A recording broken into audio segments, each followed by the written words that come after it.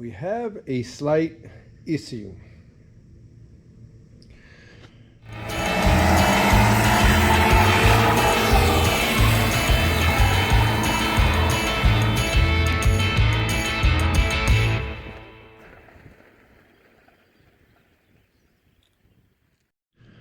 Hey, welcome back to the channel. We are finally back on the Valiant. This customer's been very patient with me while I'm running around in Nashville and getting the COVID and whatever else. Get you up to speed. This thing was overfueling horribly. If you go back, you can look where we rebuilt the Holley carburetor, got her running like a champ. The fan clutch was bad. We went to U-Pull-It and found and the fan was actually chewed up as well. But we went to U-Pull-It and found a good fan with a nearly new clutch on it. Got that installed. It was leaking just a little bit of green juice out of the thermostat housing. We replaced that. No video on those little fixes. And then last thing on this gentleman's list was brakes. The thing wasn't idling and it was pushing through the brakes really badly. And so first things first, we checked fluid. The rear portion of the master cylinder was dry. Put some fluid in it a couple weeks ago and just kind of let that, find its way back into the system. Haven't had any signs of leaks yet, which is good. But we started with the rear brakes. I can't remember if we tried to adjust on the fronts a little bit or not. I don't remember. But we pulled the rears because obviously that's where we were losing fluid, or appears we have lost fluid in the past. One thing we noticed right away, if you see here, we have a small shoe on the front and we have a small shoe on the back. We have two small shoes on this side.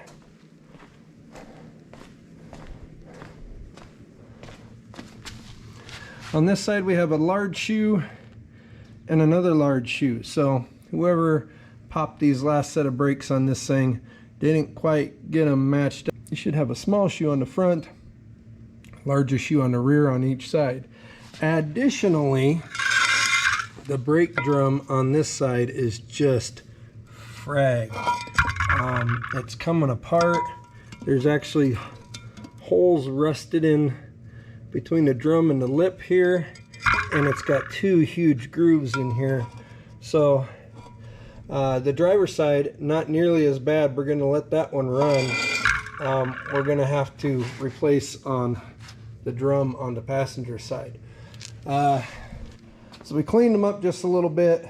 I'm a little bit concerned that we might have some stuck wheel cylinders, so I'm waiting for Jalen to get off work here at the Hardmore store. And he'll come home and then we'll show you how these work a little bit. But yeah, no fluid leaks, and we are getting fluid out of the bleeders on both sides, so they should all be gravity bled.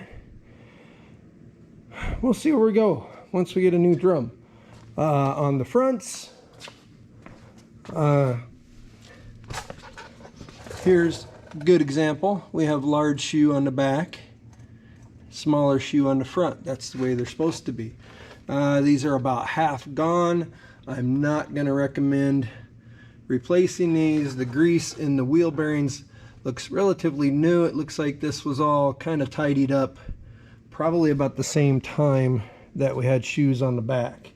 So we're going to clean this side up, clean the bearings up, put this side back together, and then we're going to adjust on the front ones really well, and that should get us in a happy place with the front brakes.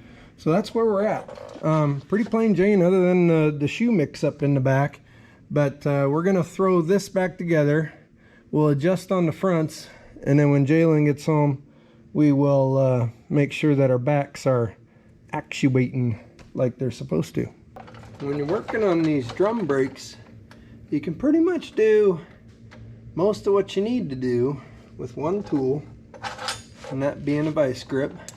Now for this side, this is the side with both big shoes. We're just going to take the front shoe off On the other side, we'll have to dissect everything because we'll have to put this big shoe on the back and pull the front shoe off the back. But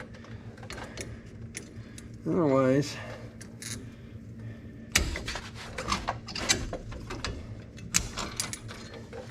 there's one spring-a-magoo.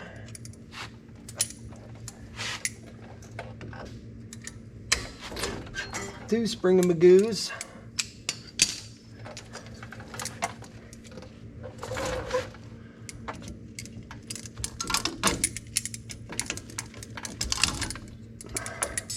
There's your little circular spring-a-magoo. And that shoe's off. Not so bad. Okay, side B. And here we're leaving the front shoe, taking the back shoe. In order to get to the back one, we're going to have to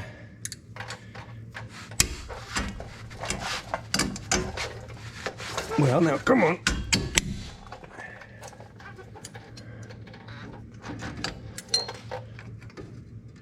I think I've got you here. Oh, I'm going to put you over here. So otherwise I'm going to be hitting you with my arm.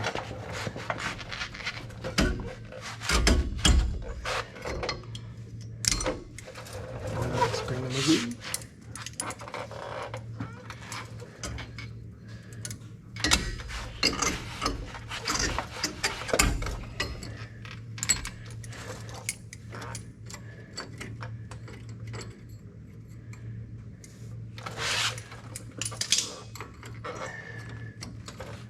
Come on now. There we go.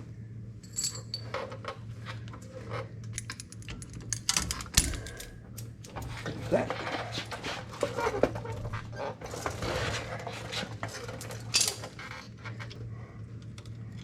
Take that spring-a-magoo off.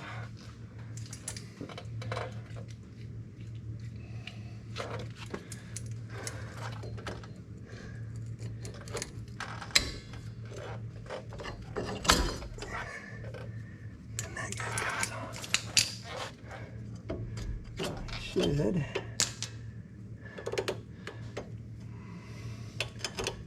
Yep. We'll have to pull the park brake lever off. For that, we might actually need a different tool.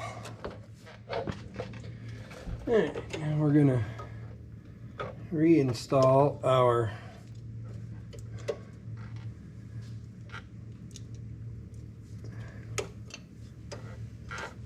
park brake lever onto our correct shoe.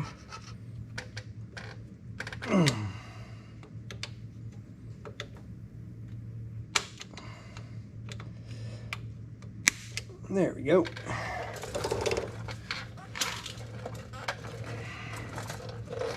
Get a rag.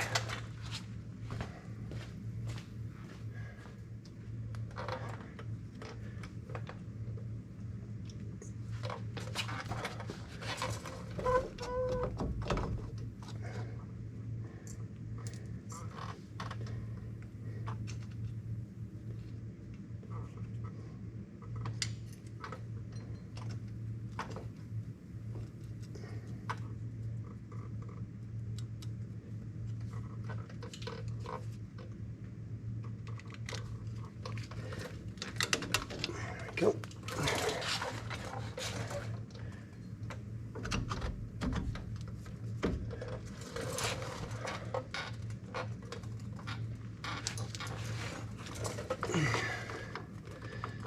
I would note that on both sides the adjuster is almost all the way screwed in, so that's probably as much of our brake problem as anything right now. It's just not having these shoes on in the right place with the adjusters properly adjusted.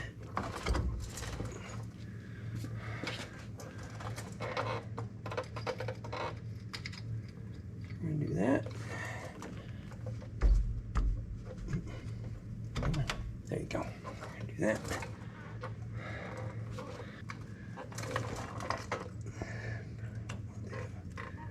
Something like that. There.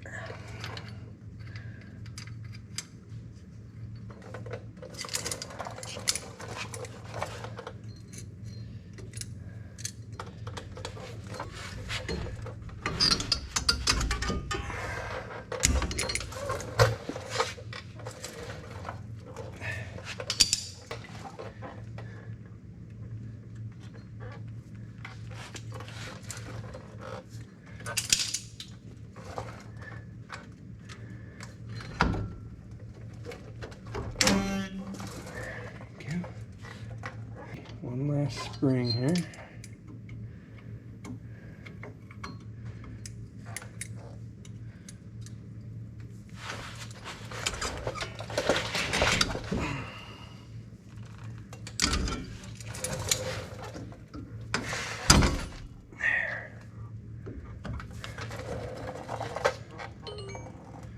That's the way we're supposed to be.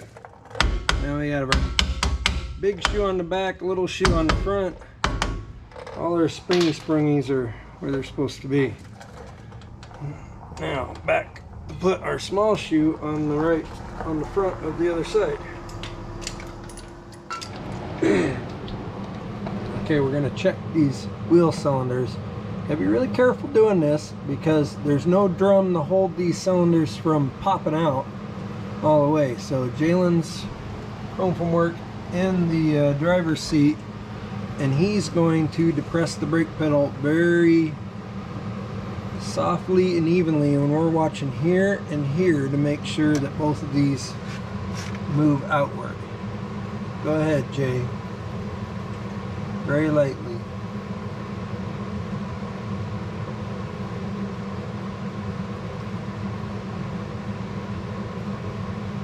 Nothing? What? Have you pushed yet? Okay, let up. Did it work? Nope, they didn't move at all. Move, Becky. Becky's here too, helping out.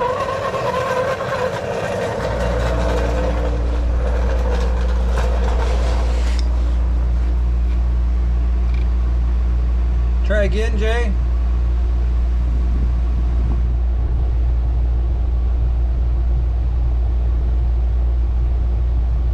Okay, release.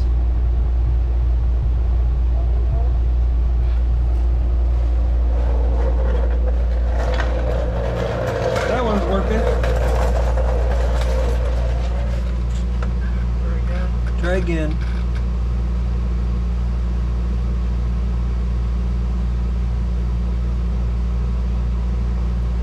Okay, release. Nope. So, you can see it on the other side. This side is not moving at all. We have a probably rusted and seized wheel cylinder here. So we'll get a wheel cylinder, and then we got to get one brake drum and check in with the customer. See where we're at. All right, the Irish parts store had a wheel cylinder in stock, believe it or not. So wheel cylinder on here. Apologize, didn't have video. It's really hot and just wanted to get it done. But there's the back side, so you can tell that there's a new wheel cylinder. This side went back together just fine, and then lo and behold, it just so happens that the old 65 Dart has a 7 1/4 rear end in it with 2-inch wide, 9-inch round drum brakes on the back.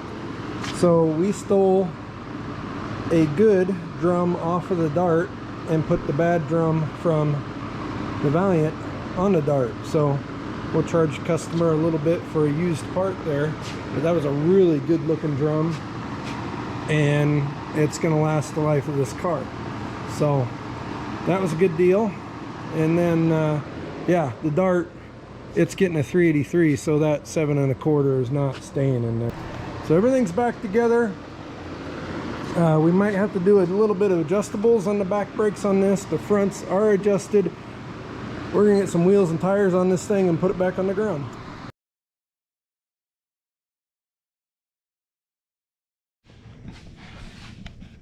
We have a slight issue. We got no kickdown. Nothing at all. Shifts the second, shifts the drive just as soon as it physically can, and will not kick down at all. Now, I'm assuming we may have a tang off the 2-barrel that we put into the 4-barrel Holley linkage, and then this is probably a 2-barrel slide piece. It should work on this Holley.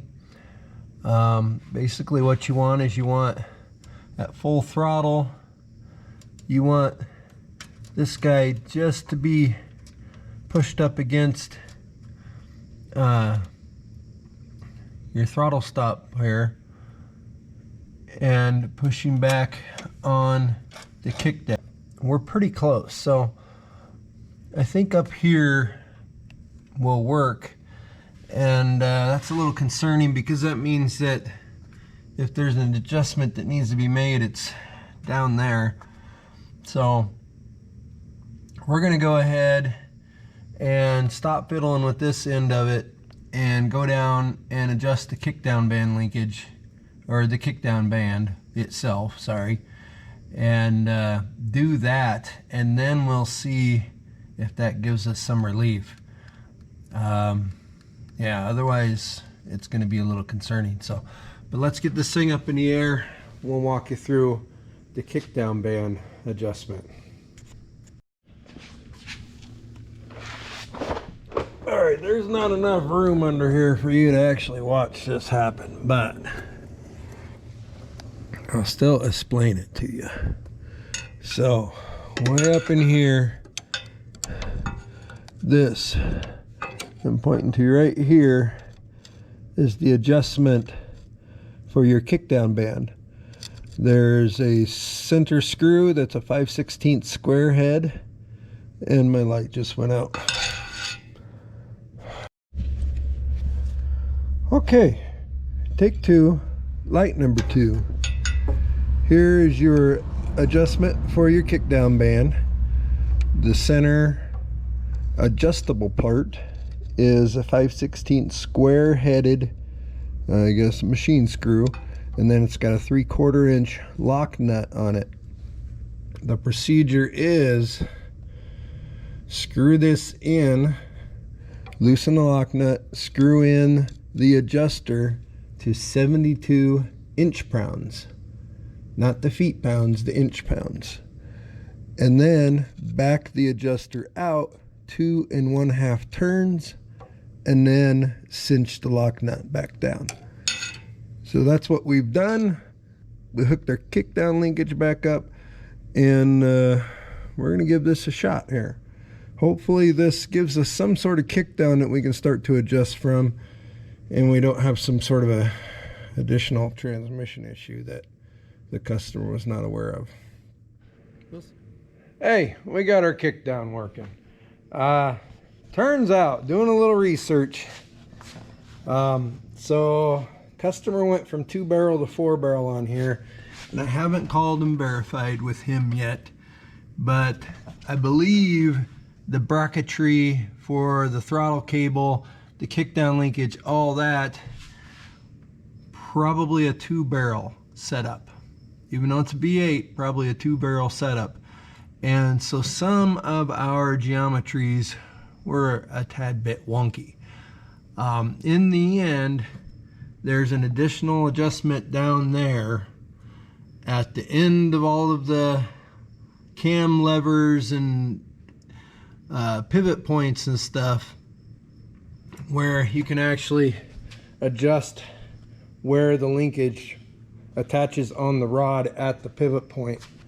What was happening was the throw on this Holley 4-barrel is not as long as the throw on factory 2-barrel, or probably like a factory 4-barrel. And so we weren't using all of the linkage. We were using about the first half of the linkage, but not getting into the meat and potatoes, so to speak, and actually adjusting line pressure for kickdown. We've adjusted it now to where we're working within the right range of the pressure of the transmission and that kickdown linkage down there, so it will actuate the kickdown arm. And we took it for a nice little road test. It's shifting up much better, shifting down really nice. Drivability wise, drives nice. Brakes are fine, it brakes straight, it brakes well. No signs of any coolant leak. We're calling this one done. We're gonna go for one more little quick test drive just to shake down anything else that might be wrong with it.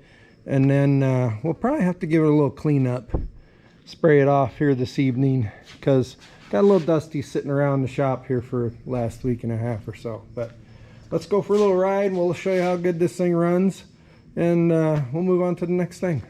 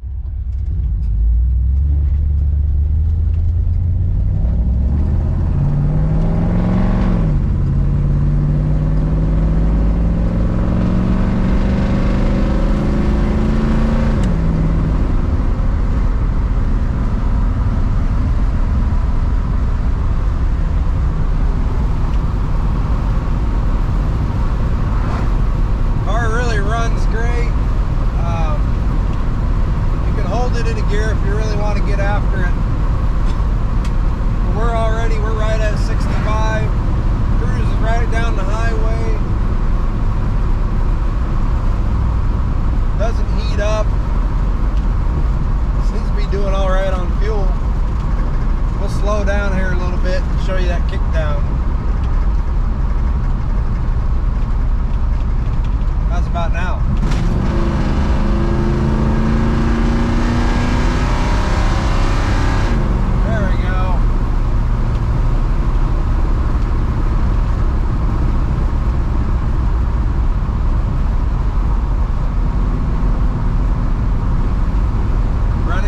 Running car.